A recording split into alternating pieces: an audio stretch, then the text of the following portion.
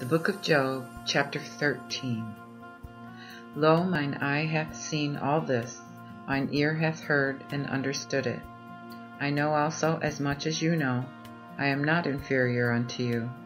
But I will speak to the Almighty, and I desire to dispute with God.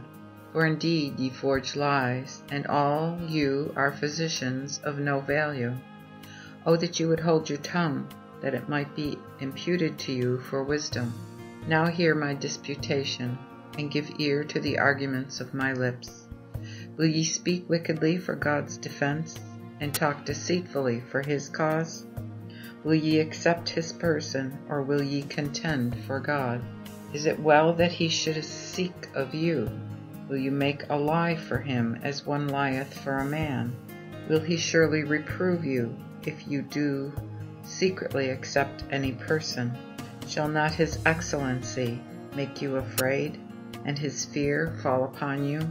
Your memories may be compared unto ashes, and your bodies unto bodies of clay. Withhold your tongues in my presence, that I may speak, and let come upon what will. Wherefore do I take my flesh in my teeth, and put my soul in my hand? Lo, though he slay me, yet I will trust in him, and I will reprove my ways in his sight. He shall be my salvation also. For the hypocrite shall not come before him. Hear diligently my words, and mark my talk. Behold now, if I prepare me to judgment, I know that I shall be justified. Who is he that will plead with me? For if I now hold my tongue, I die. But do not these two things unto me, then will I not hide myself from thee. Withdraw thine hand from me, and let not thy fear make me afraid. Then call thou, and I will answer. Or let me speak, and answer thou me. How many are mine iniquities and sins? Show me my rebellion and my sin. Wherefore hidest thou thy face, and takest me for thine enemy? Wilt thou break a leaf driven to and fro? Wilt thou pursue the dry stubble? For thou writest bitter things against me, and makest me to possess the iniquities of my youth. Thou puttest my feet also in the stocks, and lookest narrowly unto all my paths, and makest the print thereof in the heels of my feet. Such as one consumeth like a rotting thing, and as a garment that is moth-eaten. Job chapter 14. Man that is born of a woman is short continuance and full of trouble. He shooteth forth as a flower, and is cut down. He vanisheth also as a shadow, and continueth not. And yet thou openest thine eyes upon such a one, and causest me to enter into judgment with thee. Who can bring a clean thing out of filthiness? There is not one. Are not his days determined? The number of his months are with thee. Thou hast appointed his bound, which he cannot pass. Turn from him that he may cease until his desired day, as an hireling. For there is hope of a tree, if it be cut down, that it will yet sprout, and the branches thereof will not cease.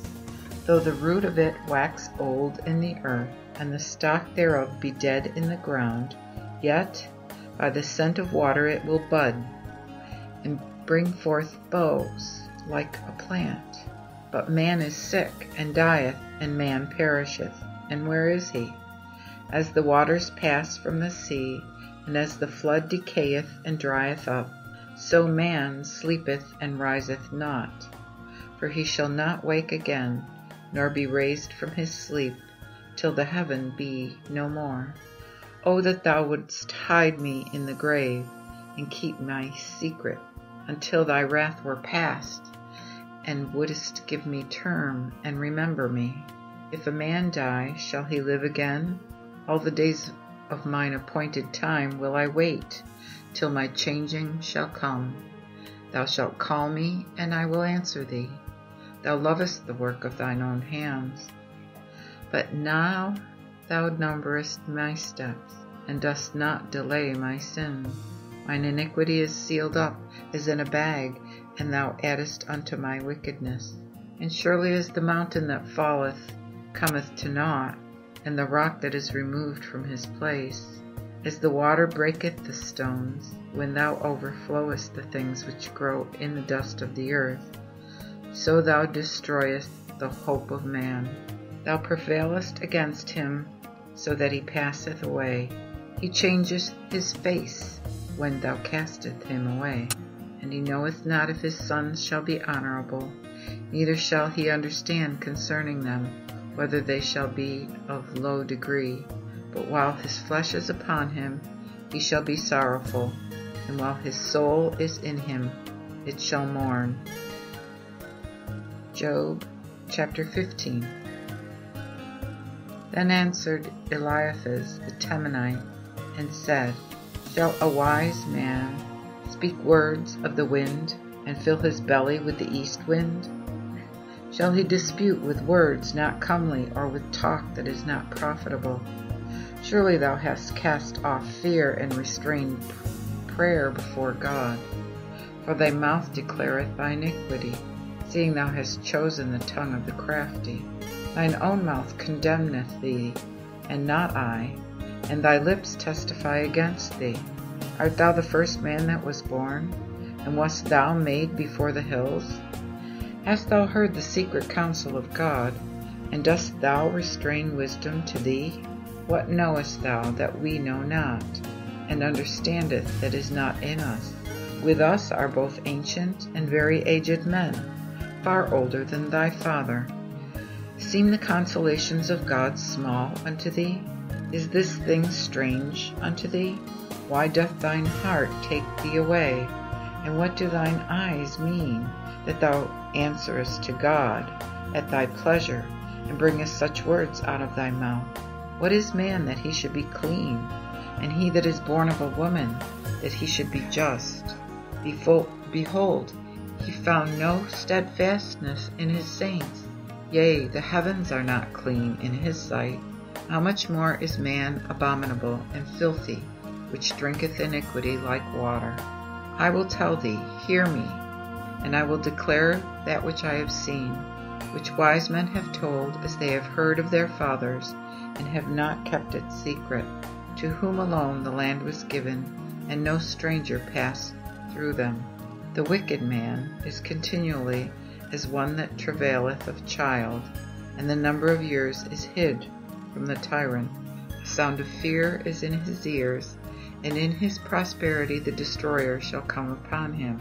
He believeth not to return out of darkness, for he seeth the sword before him. He wandereth to and fro for bread where he may. He knoweth that the day of darkness is prepared at hand. Affliction and anguish shall make him afraid. They shall prevail against him as a king ready to the battle. For he hath stretched out his hand against God, and made himself strong against the Almighty.